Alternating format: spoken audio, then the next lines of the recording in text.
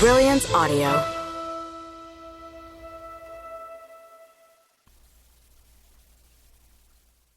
All Good Things by Amanda Prowse.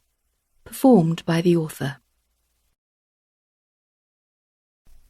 Daisy Harrop stepped over the welcome mat in the hallway, with an ironic twist to her mouth.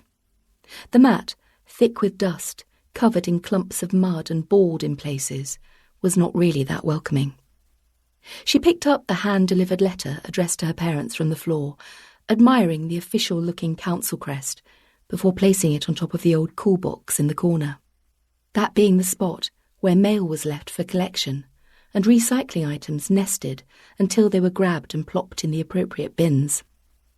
Popping her soft mustard-coloured beret on her head at a jaunty angle, and tying her cotton scarf in a natty knot, she opened the front door. The sky was blue, even as the day crawled towards night.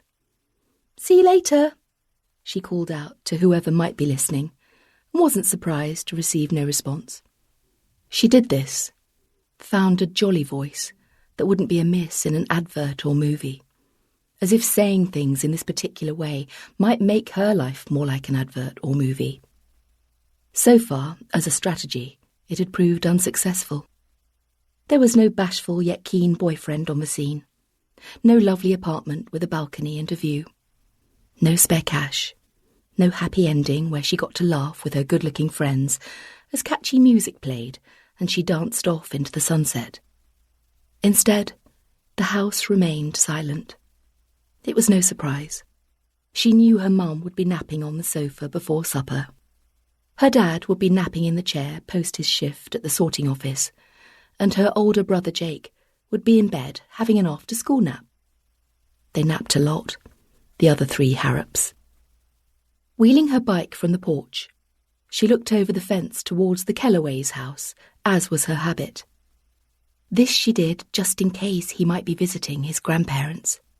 Cassian, the boy who filled her thoughts. Only this morning she had seen the local florist amble up their driveway with an armful of red roses. "It's our anniversary," she had heard Mrs. Kelleway, Cassian's gran, exclaim, as she took the vast bunch of flowers into her arms. "Can you believe he still does this after 40 years married?" She laughed. "I am one lucky lady."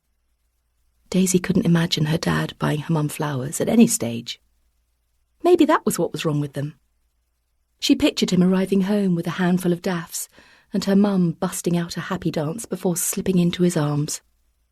"No," she shook her head, knowing it would take more than a fancy bouquet to thaw out her frosty parents. They hadn't always been this way.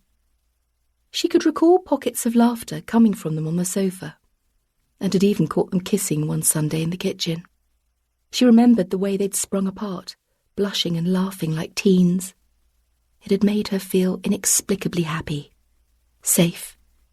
But for the last 3 or 4 years, this coolness had been the norm.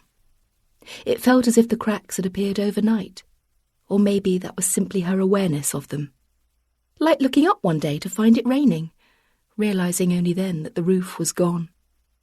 Not that the state of their marriage was the only thing at the front of her mind. Daisy worried deeply about her mother. Watching her hide from the world each day was, without trying to sound ironic, a little depressing.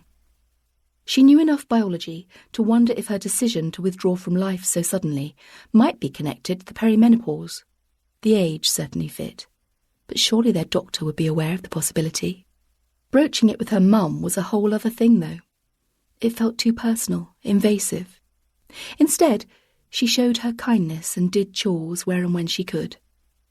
This, she felt, was the best way to help them all get through it, because get through it they must. What was the alternative? Not that it didn't directly affect her. It did. First, it had altered her life. Changed their once sunny home where music played and food was cooked from scratch and the garden was pretty, into one covered in a quiet shade, punctuated by the ping of the microwave. And second, she dreaded the same happening to her if this was her genes. It wasn't easy living in a house where someone had depression. It threw its cloak over them all.